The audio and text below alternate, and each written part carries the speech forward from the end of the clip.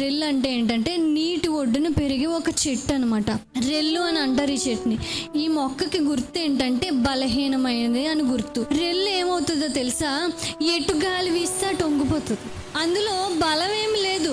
ఎవరైనా మనుషులు దాన్ని తగులుకుంటూ నడుచుకుంటూ వెళ్ళారనుకో, విరిగిపోయి వంగిపోయి ఎండిపోయినట్టు అయిపోతుంది. అంత బలహీనం అయిపోతుంది.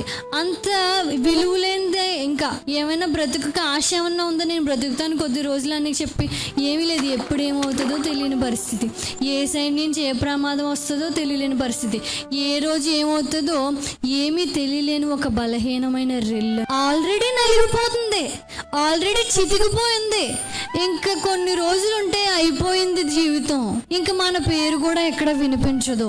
ఇంకా అయిపోయింది వీళ్ళ పరిస్థితి. చేతులు ఎత్తేసి అందరూ ఇంకా చూద్దామా అన్నట్టు పరిస్థితి. నలిగిన రెల్లులా అయిపోయిన జీవితాలనంట దేవుడు ఇంకా నలిపోయాడు, ఇంకా విరగొట్టేసి ఇంకా విరిచేయడంట.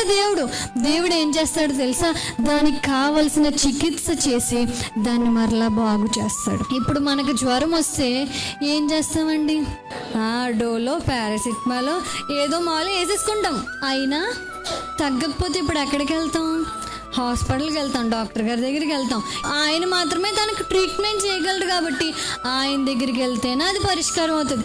మనం అదే ట్యాబ్లెట్, బ్లూ కలర్ ట్యాబ్లెట్ పట్టుకుని ఉంటే తగ్గుతుందా? డాక్టర్ గారి దగ్గరికి వెళ్తే కొంచెం యాంటీబయాటిక్ కూడా కలిపి ఇచ్చి దానికి తగిన చికిత్స చేస్తాడు.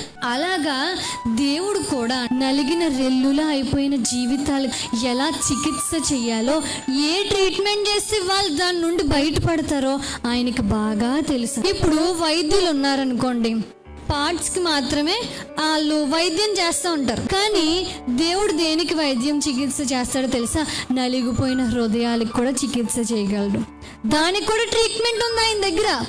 ఎలా నలిగిపోయినా, అది ఏ ప్రాబ్లం వల్ల, ఏ పరిస్థితి వల్ల నలిగిపోయినా సరే దానికి కూడా ట్రీట్మెంట్ ఉంది.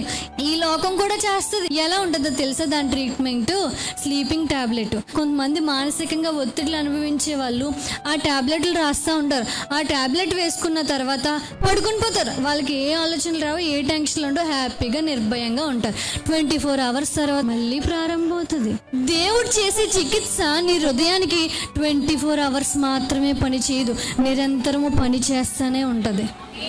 ఆయన అట్టి రీతిగా నలిగిన రెల్లులా అయిపోయిన జీవితాలకంట చికిత్స చేస్తాడంట.